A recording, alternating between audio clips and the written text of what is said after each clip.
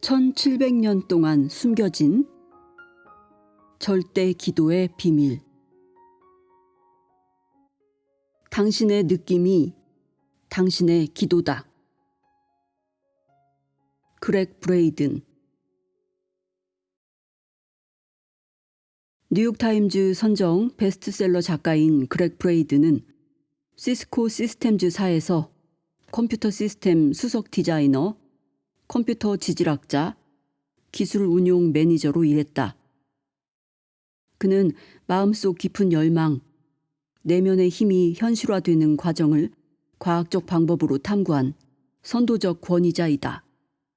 그렉은 시대를 초월해 의식 변화를 일으키는 명상의 힘, 기도의 비밀을 밝혀내고자 티베트 고산지대의 마을과 외딴 수도원, 고대의 사원과 사라진 문서들을 20년 넘게 연구해왔다. 그 결과물로 2004년 패러다임을 뒤흔든 신성한 코드를 출간하여 모든 생명체의 DNA에 숨겨진 고대의 메시지를 해독해 보였다. 또한 초기 기독교 교회가 성경을 편집하는 과정에서 사장시켜버린 잃어버린 기도의 방식을 찾아냈다. 그가 찾아낸 기도의 비밀은 외적으로 표현하거나 소리내어 말하지 않고도 우주 만물을 잇는 절대자의 힘에 직접 접근해 소통하는 방식이다. 그렉의 베스트셀러 디바인 매트릭스는 원하는 목표를 이루는 우주적 힘의 원리에 대해 양자 물리학적 해석을 시도한 역작이다. 프롤로그. 우리 안에는 아름다운 야성의 힘이 있다.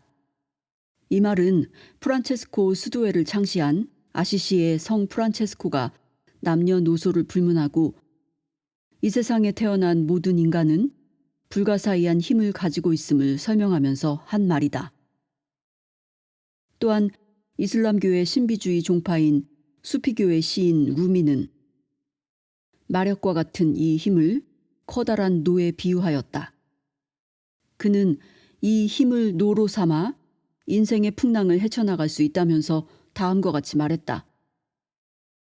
만약 당신이 당신의 영혼을 이 노에 싣고 나와 함께 간다면 우주를 창조한 힘이 당신의 근육 속에 깃들 것이다. 그 힘은 우리의 팔다리 바깥에 있는 것이 아니라 우리 안에 존재하는 신성한 영역에서 나온다. 시인 루미와 성 프란체스코는 우리가 일상생활에서 흔히 겪는 경험들 너머에 무언가가 있음을 시적으로 표현하고 있다. 고대인들은 그 무언가를 우주에서 가장 강력한 힘이라고 불렀다. 그 힘은 우리와 우주를 연결시킨다. 오늘날 우리는 그 힘이 기도라는 것을 안다. 성 프란체스코는 기도의 결과가 인생이라고 단언하고 기도는 대지와 심장을 살찌우는 생명의 젖줄이다 라고 말했다.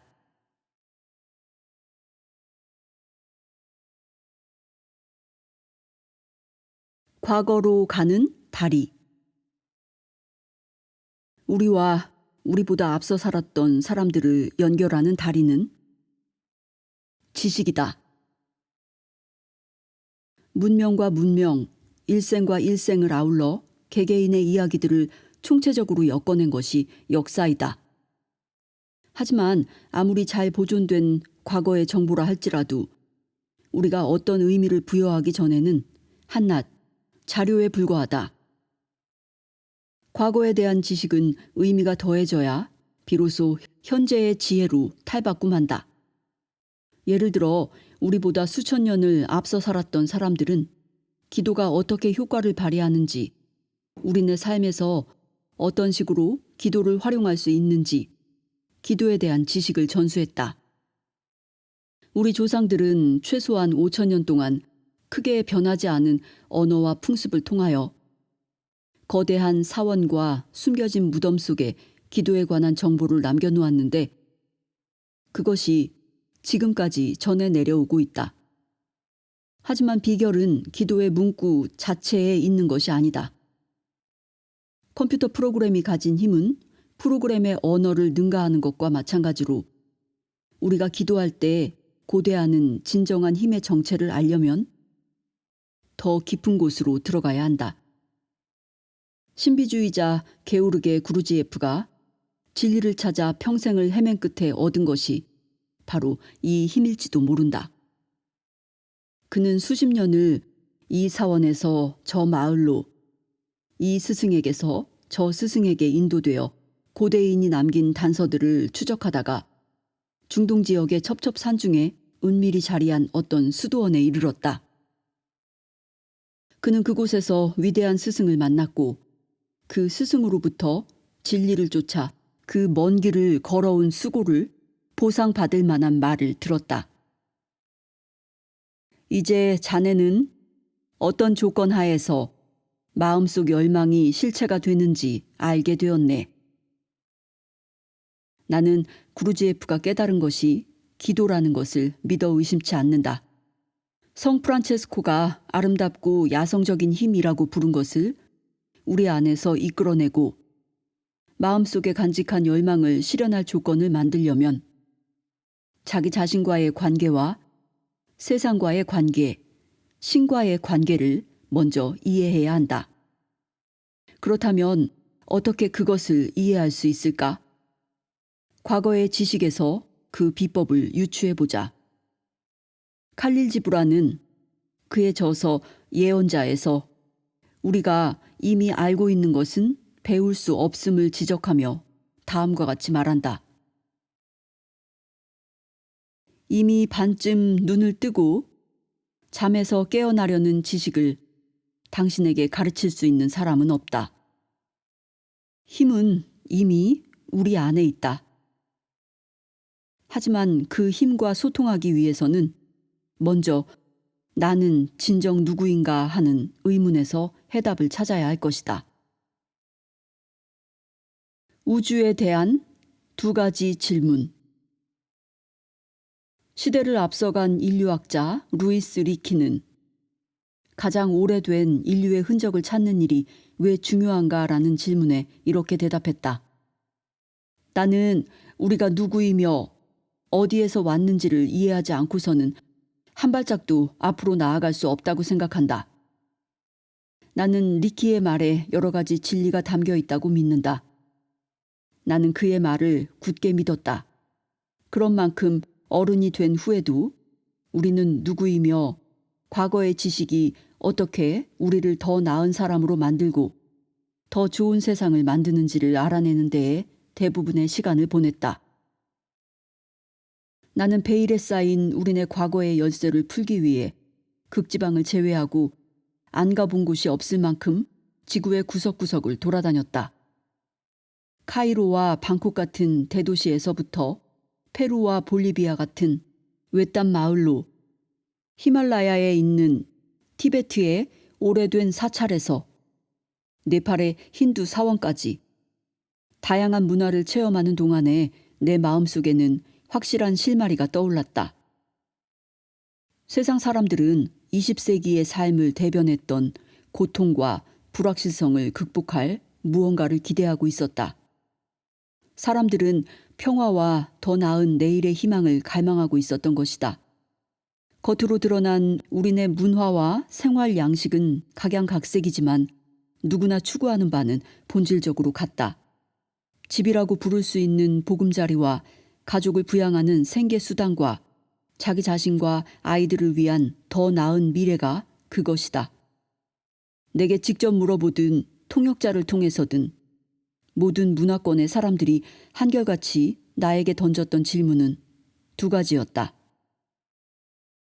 첫 번째 질문은 세상이 지금 어떻게 돌아가고 있는가였고, 두 번째는 더 나은 세상을 만들기 위해 우리가 할 수 있는 일은 무엇인가였다.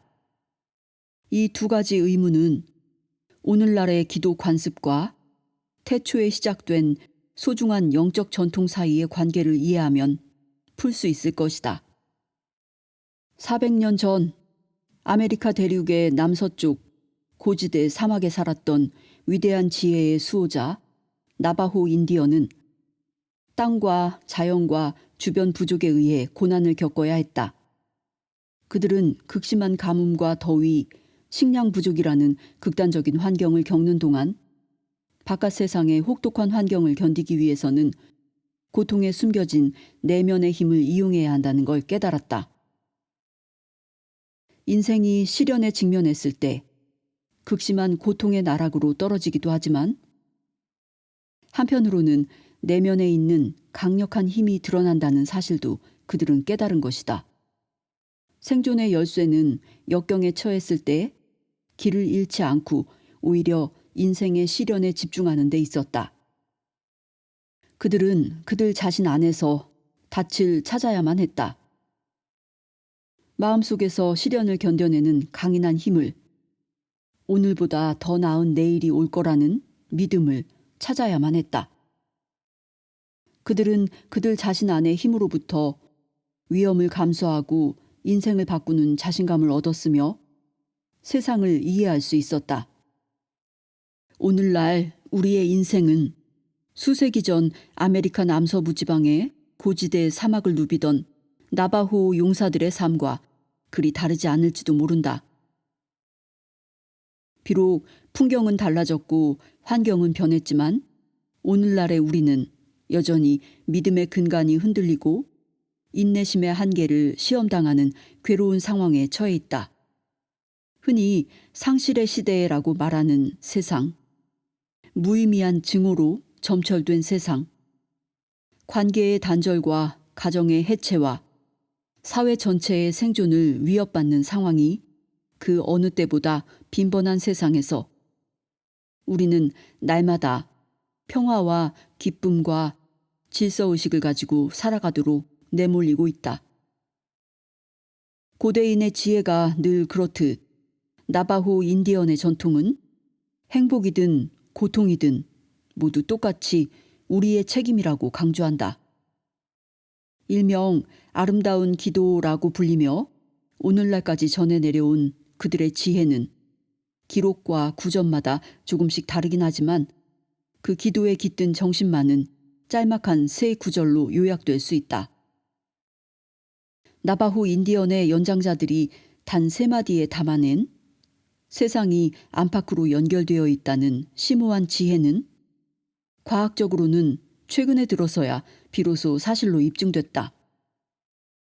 나바호 인디언의 기도에 따르면 신체의 생리 반응을 변화시키고 양자 세계의 가능성에 영향을 미칠 수 있는 능력이 우리에게 있다. 양자 역학에서 측정 전의 양자 세계는 여러 가지 가능성을 품고 있다. 타석에 들어선 야구 선수에게는 스트라이크 아웃에서부터 홈런에 이르기까지 모든 가능성이 열려 있듯 우리의 현재 상태도 미래 세계의 여러 가지 다른 가능성을 내포하고 있다. 우리는 양자와 달리 그 중에 어느 한 가능성을 선택할 수 있다. 그러므로 어느 가능성을 실현시키느냐는 것은 현재의 조건과 우리의 결단에 달려 있다. 세 부분으로 이루어진 나바호 인디언의 이 기도는 아주 단순하고 쉬운 말로 메시지를 전달한다.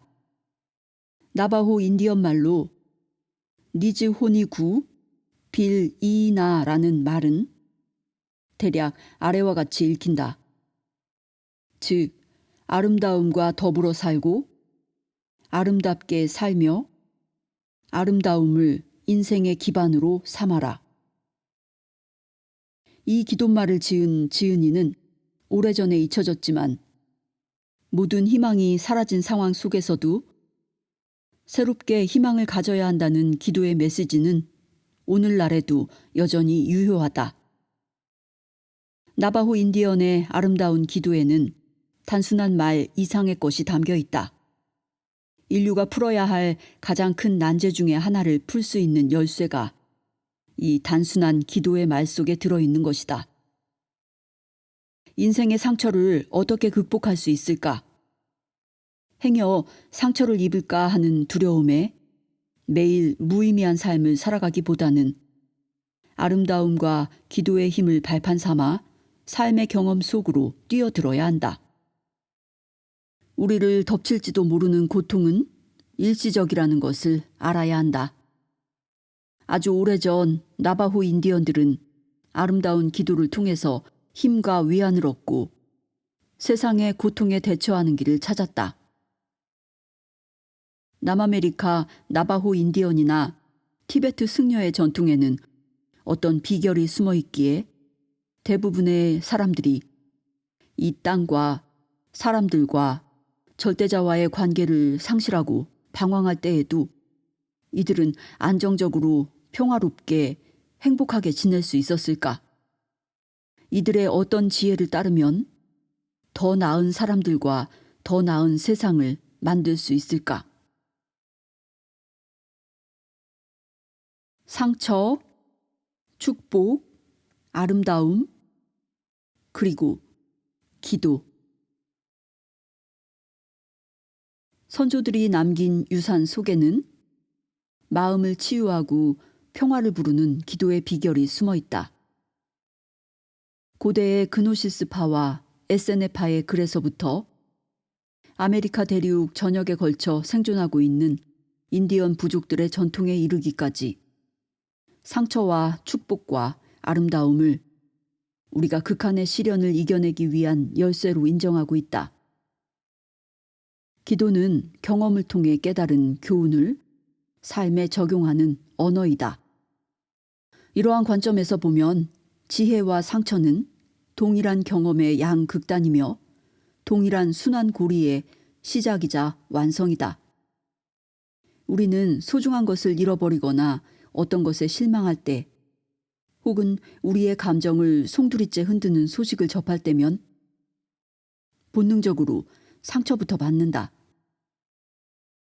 지혜는 치유된 상처에서 나온다. 우리는 고통스러운 경험에서 새로운 의미를 찾음으로써 상처를 지혜로 승화시킨다. 축복, 아름다움, 기도는 변화를 일으키는 도구이다. 20세기의 그리스도교 전도사 사무엘 슈메이커 목사는 변화를 일으키는 기도의 힘을 언뜻 별말 아닌 것처럼 보이는 시적인 문장으로 표현했다.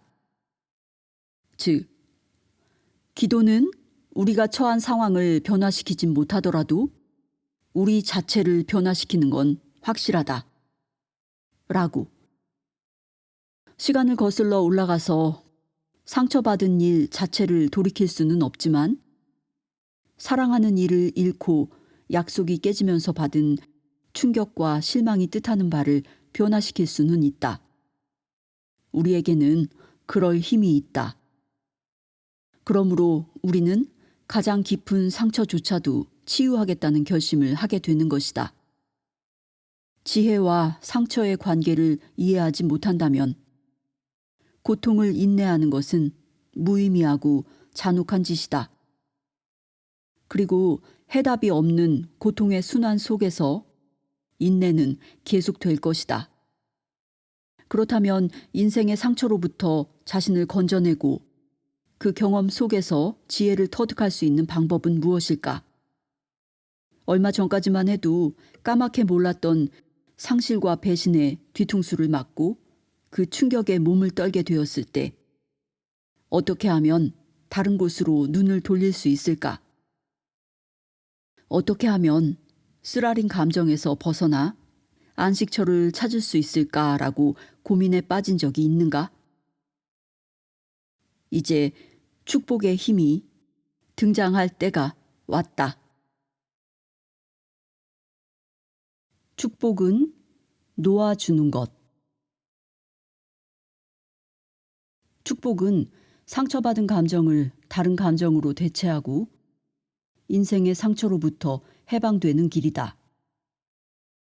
우리에게 상처를 준 사람들이나 사물을 축복할 때 고통의 고리는 일시적으로 정지된다. 정지하는 시간이 한순간이든 하루 종일이든 차이는 없다.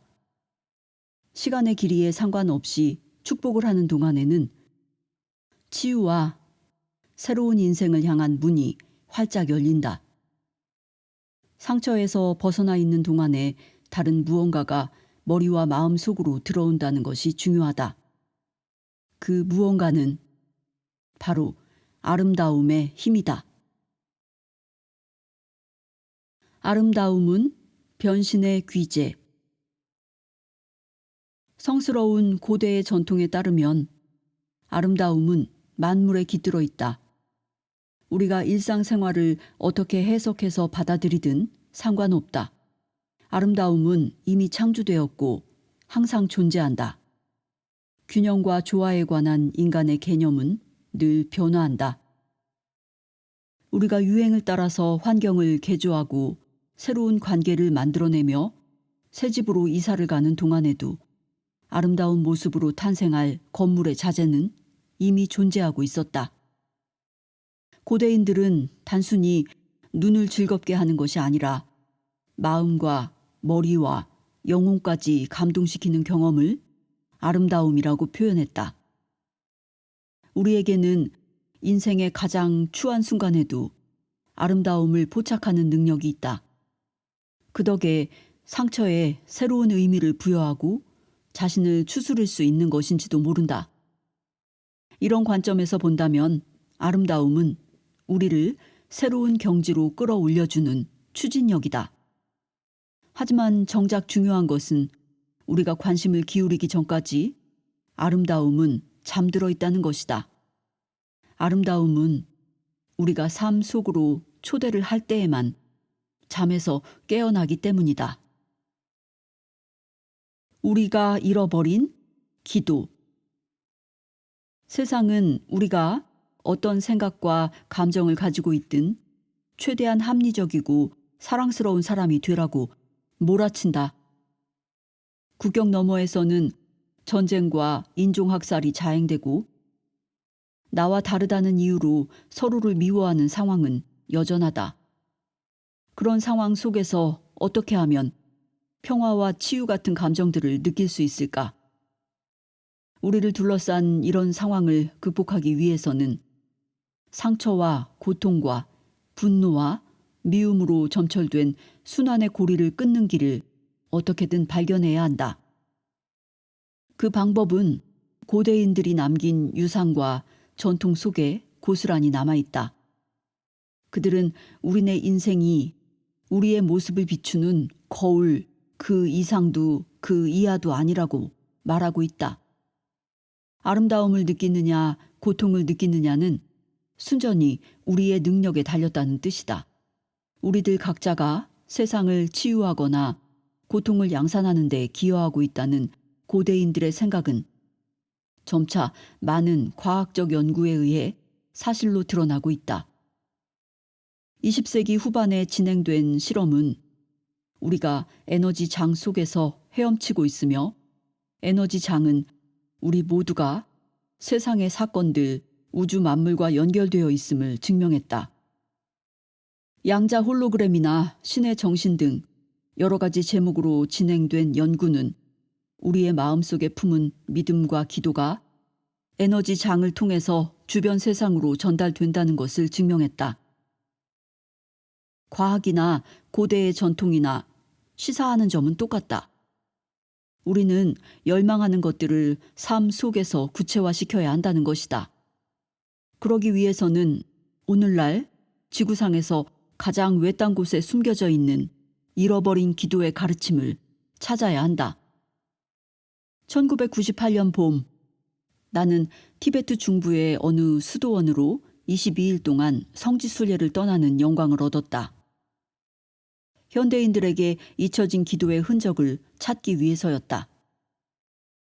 나는 만물을 연결하는 에너지 장과 소통하는 수단을 찾고 싶었다. 그곳에 사는 승려들은 4세기 초반 그리스도교의 성경에서는 찾아볼 수 없는 기도의 방법에 대한 가르침을 공유하고 있었다. 수세기에 걸쳐 세계의 지붕에서 살아온 사람들의 문서와 전통을 통해 전해 내려오는 이 잃어버린 기도의 방식에는 특별한 기도 문구도 겉으로 드러나는 표현도 없었다. 오직 느낌에 기반한 기도였다. 그 기도는 무기력한 심정으로 절대자에게 매달려 도움을 요청하는 자세를 버리고 기도가 이미 응답받았을 때의 기분을 느끼라고 권한다. 우리를 세상과 연결시키는 에너지장과 소통하는 길은 바로 그러한 느낌과 감정에 있다는 것이 근래에 진행된 여러 과학 연구에 의해서 밝혀졌다. 느낌과 감정을 담은 기도를 통해서 인생과의 관계뿐만 아니라 우리의 몸과 세상까지 치유하는 일에 동참하는 길이 열리는 것이다. 이러한 놀라운 과학적 연구 결과와 양자 세계의 에너지장에 대한 궁금증을 해결하려면 그렉 브레이든의 역작 디바인 매트릭스를 읽어보라. 편집자 천사처럼 하기. 기도의 효과를 제대로 보려면 아름다움과 축복과 지혜와 고통에 숨겨진 힘을 깨닫는 것이 매우 중요하다. 이것들은 우리가 인생에 쓰디쓴 상처에 괴로워하고 상처에서 깨달음을 얻고 상처를 놓아주는 커다란 순환 과정에서 각각 필수적인 역할을 담당하는 요소이다. 2000년 전 예수의 가르침을 기록한 작자 미상의 문서는 우리 앞에 놓인 장애물뿐만 아니라 세상을 바꾸는 힘에 대해서 언급하였다. 그 힘은 바로 우리 안에 이미 존재한다는 것이다. 그 문서에서 예수는 이렇게 말한다. 인간으로서 가장 하기 힘든 것은 천사에 대해 생각하는 것이며 천사가 하는 대로 행동하는 것이다. 기도는 신과 천사의 언어이다. 지혜와 아름다움과 은총과 더불어 인생의 고통을 치유하도록 우리에게 주어진 우주의 언어이기도 하다. 오늘날 인터넷에서 배우든 1세기 양피지 두루마리에서 배우든 그것이 전하는 메시지는 같다. 우리는 우주의 언어를 구사하는 능력을 갖고 있지만 그것을 사실로 인정하는 일은 가장 어려운 숙제일지도 모른다. 하지만 기도는 우리가 괴력을 발휘할 수 있는 원동력이기도 하다. 모든 의심을 떨쳐버리고 이기적 자아나 편견 없는 느낌의 언어로 하는 기도를 올렸을 때 우리는 아무도 우리에게서 훔쳐갈 수 없는, 잃어버릴 수도 빼앗아 갈 수도 없는 우리의 일부분을 이미 깨운 것이다. 이것이 바로 잃어버린 기도의 비밀이다. 그렉 브레이든, 뉴멕시코 타우스에서.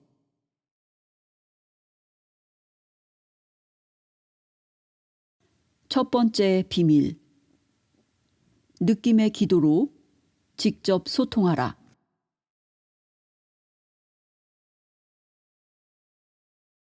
저 너머에 뭔가가 있다.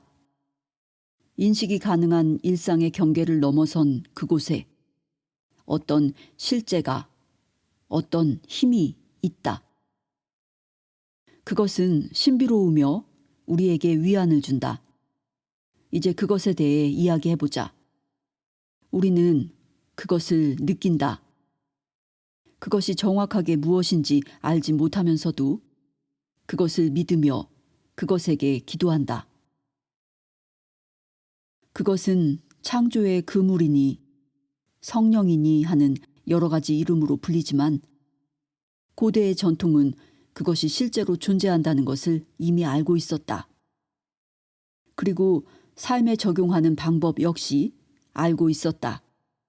고대인들은 후손들을 위해 당대의 언어로 상세한 지침을 남겼는데 어떻게 하면 눈에 보이지 않는 이 힘을 이용해서 우리의 몸과 관계를 치유하고 세상에 평화를 가져올 수 있는지 설명했다. 오늘날 몸의 치유, 관계의 개선, 세계 평화라는 이 세 가지 염원은 우리가 잃어버린 기도로 수렴된다. 하지만 우리가 지금까지 해온 일반적인 기도와는 달리 이 기도는 말을 전혀 사용하지 않는다. 인간의 감정이라는 침묵의 언어에 기반하고 있기 때문이다. 단지 기도가 이미 응답을 받은 것처럼 감사하는 마음을 갖도록 이끌 뿐이다. 고대인들은 감사하는 마음가짐의 느낌을 통해서 창조의 힘, 즉 신의 정신과 직접 소통한다고 믿었다. 현대과학은 20세기에 들어서 신의 정신이 모든 형태의 에너지와 구별되는 에너지 장이라는 사실을 발견했던 것 같다. 에너지 장은 항상 모든 곳에 존재하며 태초부터 지금까지 존재해 왔다. 양자 물리학의 아버지라 인정받는 막스 플랑크는 에너지 장의 존재는 거대한 지성이 물질의 세계를 좌지우지하고 있음을 암시한다며 다음과 같이 말했다. 이 힘 뒤에는 의식과 지성을 가진 정신이 존재한다고 봐야 한다. 따라서 그는 이 정신이 바로 모든 물질을 잇는 매트릭스다 라고 결론을 내렸다. 현대과학은 그것을 단일장, 유니티 필드라고 부르면서 플랑크가 말한 매트릭스에 지성이 실제로 존재한다는 사실을 밝혀냈다. 고대인들이 암시했던 것처럼 에너지 장은 인간의 감성에 응답한다. 우리가 그걸 어떻게 부르든 과학과 종교가 그걸 어떻게 규정하든 저 너머에는 분명히 뭔가가 있다. 어떤 힘이, 에너지 장이, 어떤 존재가 끊임없이 우리를 결속시키고 절대자에게 연결시키는 거대한 자석처럼 있다. 이 힘이 존재한다는 사실을 알고 있는 이상 우리는 그것이 우리의 삶에 커다란 의미가 되고 유용하다는 점을 인정해야 한다. 그러므로 그것과 소통을 할 수 있다는 생각은 지극히 당연하다. 궁극적으로는 마음속 깊은 곳에 생긴 쓰라린 상처를 치유하고 국가 간의 평화를 이끌어내는 그 힘이 인류의 생존을 좌우하는 열쇠임을 깨달아야 한다. 2000년에 전 세계적으로 실시한 인구조사는 유사 이래 가장 정확한 인구조사라고 인정받고 있다. 전 세계에 분포한 가족들을 대상으로 진행된 이 연구에서 매우 흥미로운 통계 자료가 나왔다. 그 중에서 가장 주목할 만한 내용은 우리는 어떤 목적에 따라 존재하며 혼자가 아니라는 생각에 전 세계인이 공감하고 있다는 점이었다. 세계 인구의 95% 이상이 절대자, 더 하이어 파워의 존재를 믿고 있으며 그 중에서 반수 이상은 그 힘을 신, 가시라고 불렀다. 그렇다면 이제 문제는 저 너머에 무언가가 존재하느냐 아니냐가 아니라 그 무언가가 우리의 삶에 어떤 의미가 있느냐 하는 것이다.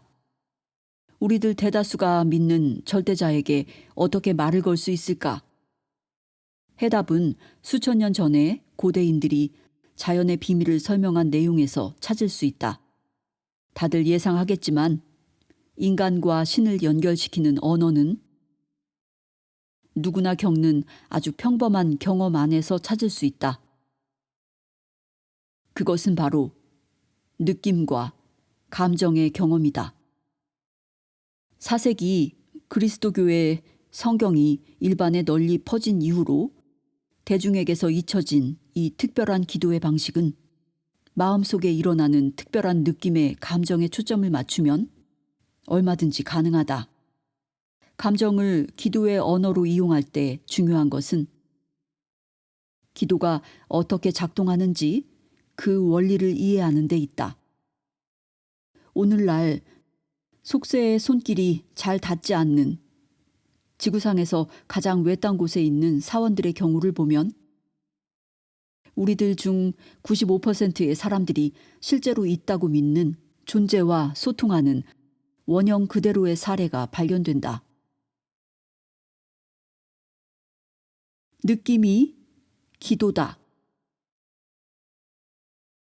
나는 주지스님의 대답을 듣고 깜짝 놀랐다. 무릎 아래 돌바닥에서 피어오르는 냉기가 그날 아침에 겹쳐 입은 두 겹의 축축한 옷 속을 뚫고 들어왔다. 티베트 고원에는 날마다 여름과 겨울이 동시에 찾아온다. 태양이 중천에 떠올랐을 때는 여름이요. 해가 히말라야의 비쭉비쭉한 산봉우리들 뒤로 혹은 나를 빙 둘러싼 듯한 사원의 높다란 벽 뒤로 사라졌을 때는 겨울이 된다. 나는 오래된 사원의 돌바닥 위에 맨발로 서 있는 것 같은 느낌이 들었지만 그곳을 떠날 수가 없었다. 내가 20명의 사람들에게 지구를 반바퀴 도는 여행을 함께 떠나자고 초대한 데에는 다 이유가 있었다. 바로 그날 우리 일행은 오늘날 지구상에서 가장 외딴 곳에 고립되어 있는 장엄하고 신성한 지식의 보물창고에 있었다. 그곳은 티베트 고원의 수도원이었다. 여행 14일째가 되자 우리 몸은 해발 4,800m 이상의 고지대에 적응했다. 우리는 수작업으로 만든 나무 바지선을 타고 얼음이 언 강을 건넜다. 우리가 탄 구식 중국산 버스 바닥은 먼지 구름이 자욱하게 깔려 있어서 우리는 수술용 마스크를 쓴 채 서로의 눈을 바라보아야 했다. 몇 시간을 달렸다. 버스는 사원만큼이나 오래되어 보였지만 통역자는 그렇지 않다고 나를 안심시켰다. 행여 바깥으로 튀어나갈세라 흔들리는 버스 안에서 옆 좌석을 움켜잡다 못해 서로를 부여잡고 마음을 다잡으며 폭우에 떠내려간 다리와 길이 없는 사막을 건너온 건 여기 이 자리에 오기 위해서, 바로 이 순간을 맞이하기 위해서였다. 나는 생각했다. 오늘은 따뜻한 휴식 따위는 접어두자. 오늘은 해답을 얻는 날이야. 나는 시간이 멈춘 듯한 얼굴에 아름다운 남자의 눈에 온 신경을 집중했다. 내 앞에 가부좌를 튼 그는 절의 주지 스님이었다. 나는 여행 중에 승려들을 만날 때마다 던졌던 질문을 통역자를 통해 주지 스님에게도 다시 던졌다. 스님께서 기도하는 걸 보았습니다. 하루에 14시간에서 16시간 동안 연부를 하고 종과 목탁을 치고 불경을 외며 기도를 올리는 모습을 보았습니다만 그 순간 스님의 마음속에서는 어떤 일이 일어나고 있습니까? 통역자가 주지 스님의 대답을 들려주었을 때 강력한 감정의 물결이 내 몸을 휩쓸고 지나갔다. 나는 그 대답으로 여기까지 온 목적을 달성했음을 알 수 있었다. 주지 스님은 이렇게 대답했다. 당신은 우리의 기도를 본 적이 없습니다. 기도는 눈에 보이지 않기 때문이죠. 주지 스님은 발밑에 두꺼운 양모 승복을 바로잡고 나서 덧붙였다. 당신은 우리가 우리 몸속에 느낌의 감정을 불러일으키기 위해 하는 행동을 본 것뿐입니다. 느낌이 곧 기도이지요. 주지 스님의 대답에 실린 명료함에 나는 큰 충격을 받았다. 그의 말 속에는 2000년 이상을 거슬러 올라가는 고대 그노시스파와 에세네파의 사상을 반영하고 있었기 때문이다. 방금 주지 스님이 대답한 내용과 흡사하게 성경의 요한복음의 초기 번역본도 바라던 바를 성취하고 열망을 채웠을 때의 기분에 흠뻑 젖음으로써 기도에 힘을 부여하라고 권한다. 숨겨진 동기 없이 구하고 너의 답으로 애워싸여 흠뻑 취하라. 라고. 기도에 대한 응답을 받기 위해서는 종종 욕망이 수반하는 의심을 뛰어넘어야 한다. 나그 한마디 문서에서 예수는 이렇게 양극단이 공존하는 감정을 다스리는 힘을 짧게 가르치고 나서 산을 향해 산아 움직여라 하고 외치면 산이 움직일 것이다 라고 설파한다. 그렇게나 오랜 세월에 걸쳐 면면이 전해 내려온 지혜라면 현대를 살아가는 우리에게도 틀림없이 유용하지 않겠는가? 주지 스님과 나그 한마디 문서는 거의 똑같은 메시지를 전하고 있다. 그것은 바로 대부분의 서양인들에게는 잊혀진 기도이다. 인간과 신을 연결시키는 언어는 누구나 겪는 아주 평범한 경험 안에서 찾을 수 있다. 그것은 바로 느낌과 감정의 경험이다. 과거에서 얻은 신성한 교훈. 기도는 가장 역사가 깊고 가장 신비로운 경험이다. 그리고 가장 사적인 성질을 띈다. 그리스도교와 그노시스파의 사상을 기록한 고대의 문서들은 말로 하는 기도가 예배의식에 등장하기 훨씬 전부터 원래 우리 인간에게는 보이지 않는 우주의 힘과 소통하는 교감 능력이 있음을 암시하고 있다. 하지만 기도는 사람마다 제각각 독특한 모습을 띈다. 어떤 이들은 기도하는 사람의 숫자만큼 다양한 기도의 방식이 존재할 것으로 추측할 정도다. 현대의 학자들은 갖가지 형태의 기도를 아우르기 위해 기도의 범주를 크게 4가지로 나누었다. 특별한 순서 없이 그 범주를 나열해 보자면 다음과 같다. 첫째, 격식이 없는 일상적인 기도. 둘째, 간청하는 기도. 셋째, 예배의식에서 행해지는 기도. 넷째, 명상적인 기도. 학자들은 어떤 기도든 적어도 4가지 범주 중 하나에는 속하게 되며 중복될 수도 있다고 한다. 하지만 충분히 효과를 발휘하면서도 학자들이 정한 4가지 범주에 속하지 않는 다른 형태의 기도가 항상 존재해왔다. 5번째 기도, 즉 잃어버린 방식의 기도는 순전히 느낌의 감정에 토대를 둔 기도를 말한다. 감정에 기반한 기도란 무기력함에 이끌려 절대자에게 도움을 요청하는 것이 아니라 우리들 중 95%의 사람들이 믿는 지성의 힘과 소통하고 그 결과의 실현에 참여할 수 있는 능력이 우리에게 있음을 인정하는 기도다.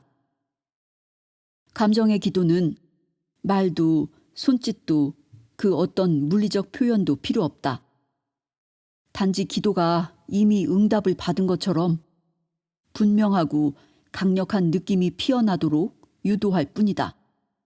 우리는 이 신비한 언어를 통해서 몸을 치유하고 친구와 가족에게 내리는 풍요로운 축복을 느끼며 나라 사이에 퍼지는 평화의 기운을 체험하는 것이다. 가끔씩 이런 형태의 기도를 언급한 자료를 접하면서도 과연 무엇을 보고 대하고 있는지조차 헷갈릴 때가 있다. 예를 들어 아메리카 남서부 사막지대에 세워진 고대의 석조 건축물들은 원래 예배당이었다. 그곳은 지혜를 공유하고 기도를 올리는 성소였다. 땅속 깊은 곳에 파묻히다시피 지어진 이 완벽한 원형의 석조 건축물들은 이른바 키부라고 알려져 있는데 새기고 깎고 색칠한 키부의 벽을 관찰하다 보면 우리들이 잃어버린 기도를 그 옛날 원주민들은 어떻게 활용했는지에 대한 단서를 찾을 수 있다. 포코너스 지방에서 발굴된 키부의 유적지 내부에는 석조 건물 벽에 칠해진 진흙 벽토의 흔적이 남아있다. 진흙 벽토에는 비구름과 풍요로운 옥수수 들판 위를 떠도는 번개의 모습이 희미하게 새겨져 있다. 다른 벽에는 계곡에 엘크와 사슴 같은 야생 동물들이 번성한 풍경을 가리키는 윤곽선들이 그려져 있다. 이런 식으로 고대의 예술가들은 잃어버린 기도의 비밀을 기록해 놓은 것이다. 그들은 바람직한 삶의 모습을 주변에 그려놓고 그것에 둘러싸인 채로 기도를 올렸던 것이다. 그 모습은 기도자에게 기도가 이미 응답을 받았다는 분위기를 조성한다는 측면에서 오늘날 교회나 사원에서 흔히 볼 수 있는 기적과 부활의 장면과 별로 다를 바 없다. 그들에게 기도는 오감을 총동원해서 온몸으로 체험하는 경험이었다. 비가 오기를 기도하며 1990년대 초반 어느 날 내 마음속에 남아있을지도 모르는 한치의 의구심을 완전히 날려버리는 사건이 일어났다. 그 당시 북부 뉴멕시코 지방의 사막 고지대에 극심한 가뭄이 드는 바람에 나의 인디언 친구인 데이비드는 비를 기원하는 의식에 나를 초대했다. 나는 이른 아침에 약속한 장소에서 그를 만나 산길을 오르기 시작했다. 산쑥이 흐드러지게 핀 드넓은 고원지대의 계곡길을 2시간 정도 걸었을 때 우리는 데이비드가 예전에 수없이 다녀서 손바닥 보듯이 잘 알고 있는 기도 장소에 도착했다. 그곳은 완벽한 기하학적 선과 화살표가 그려진 원 모양의 돌로 된 광장이었는데 아주 오래전에 그걸 만든 사람의 손길이 느껴질 정도로 잘 보존되어 있었다. 여기가 어디죠? 나는 물었다. 여기에 오려고 오늘 아침부터 길을 떠난 겁니다. 데이비드는 그렇게 대답하며 웃었다. 여기 돌로 된 원은 치료의 바퀴입니다. 우리 부족들이 기억하는 한 이곳은 여기에 있었습니다. 바퀴 자체에는 아무런 힘이 없죠. 단지 기도자가 기도를 집중할 수 있도록 분위기를 조성하는 역할을 할 뿐입니다. 인간과 이 세상의 힘 사이를 연결하는 지도라고 생각해도 됩니다. 데이비드는 내가 무엇을 물어볼지 눈치채고는 자기가 어린아이였을 때 지도의 언어를 배운 사연을 들려주었다. 오늘 나는 고대의 길을 따라 다른 세상으로 갈 것입니다. 다른 세상에 도착하면 내가 여기에 오면 하려고 마음먹었던 일을 할 생각입니다. 오늘 우리는 비에 대해 기도를 올릴 겁니다. 나는 할 말이 떠오르지 않았다. 데이비드가 가만히 신발을 벗고 맨발로 원 안으로 들어가서 사방의 모든 조상님들께 경의를 표하는 모습을 조심스럽게 지켜볼 수밖에 없었다. 그는 천천히 양손을 얼굴 앞으로 올려 기도하는 손짓을 취하고 눈을 감고는 꼼짝도 하지 않았다. 한낮에 사막을 내리쬐는 태양의 열기에도 아랑곳하지 않고 그의 호흡은 느려졌다. 그가 숨을 쉬는지조차 판별하기 어려울 정도였다. 몇 분이 흐르고 나서 마침내 그는 크게 숨을 들이키고는 눈을 뜨고 나를 보며 말했다. 갑시다. 여기서 할 일은 다 했어요. 춤을 추거나 하다못해 주문이라도 외 것으로 기대했던 나는 그가 하도 빨리 기도를 시작했다가 끝내는 바람에 깜짝 놀라서 물었다. 벌써 끝났어요? 나는 당신이 비를 내려달라고 기도할 줄 알았는데요. 데이비드는 이런 종류의 기도를 이해하는데 결정적인 단서가 될 만한 대답을 했다. 그는 신발끈을 묶으려고 땅바닥에 앉아서 나를 올려다보며 빙그레 웃는 얼굴로 대답했다. 아니요. 나는 비에 대해 기도하겠다고 말했어요. 만약 내가 비를 내려달라고 요구하는 기도를 했다면 그런 일은 절대로 일어나지 않을 겁니다. 데이비드는 그날 자기가 무슨 뜻으로 그런 말을 했는지를 나중에 설명해 주었다. 그는 어렸을 때 마을 노인들에게서 기도의 비법을 전해 듣게 된 경위부터 설명하기 시작했다. 어떤 일이 일어나게 해달라고 간청하게 되면 우리가 소유하지 못한 것에 힘의 주도권을 넘겨주는 것이 문제라고 그는 말했다. 치유를 요구하는 기도는 질병에게 힘을 넘겨준다. 비를 요구하는 기도는 가뭄에게 힘을 넘겨준다는 것이다. 이런저런 것들을 달라고 매달리면 변화시키려는 것들에게 힘을 더 실어주게 됩니다. 그가 말했다. 나는 가끔씩 데이비드의 말을 곰곰이 떠올리면서 오늘날 우리의 삶에서 그것이 의미하는 게 무엇인지를 생각해 본다. 예를 들어 우리를 전쟁으로 몰아넣은 사람들을 향해 분노의 불꽃을 활활 태우면서 세계 평화를 달라고 기도할 경우 뜻하지 않게 평화와는 정반대 방향으로 폭주할 수 있다. 전 세계 인구의 절반이 무장 분쟁에 얽혀 있는 현실에서 수백만 명이 날마다 평화를 달라고 선의의 기도를 올린다면, 그래서 미약한 관점의 변화가 일어난다면 효과가 있지 않을까 하는 생각을 종종 하게 된다.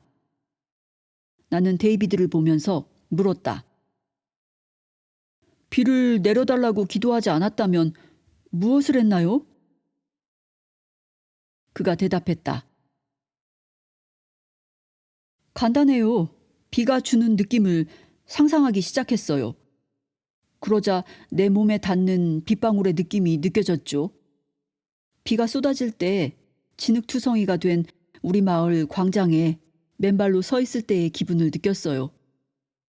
그리고 마을의 흙집 벽에서 나는 비의 냄새를 맡았고, 비를 맞으며 가슴 높이까지 자란 옥수수밭 사이를 헤집고 돌아다닐 때의 기분을 만끽했죠. 데이비드의 설명은 완벽하게 이치에 들어맞았다. 그는 모든 감각을 열어 젖히고 있었다.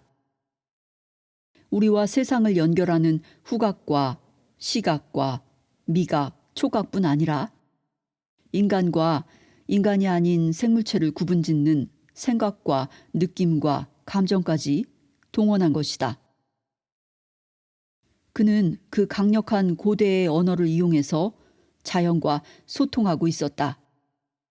이치에 들어맞는 그의 설명에 나는 가슴으로도 또 논리를 따지는 머리로도 모두 만족할 수 있었다. 데이비드는 기독교의 아멘처럼 감사하는 마음이 어떻게 기도를 완성하는지에 대해 설명했다. 하지만 그는 자기가 창조한 것에 대해 감사하기보다는 창조 활동에 참여하는 기회를 얻었음에 고마움을 느낀다고 말했다.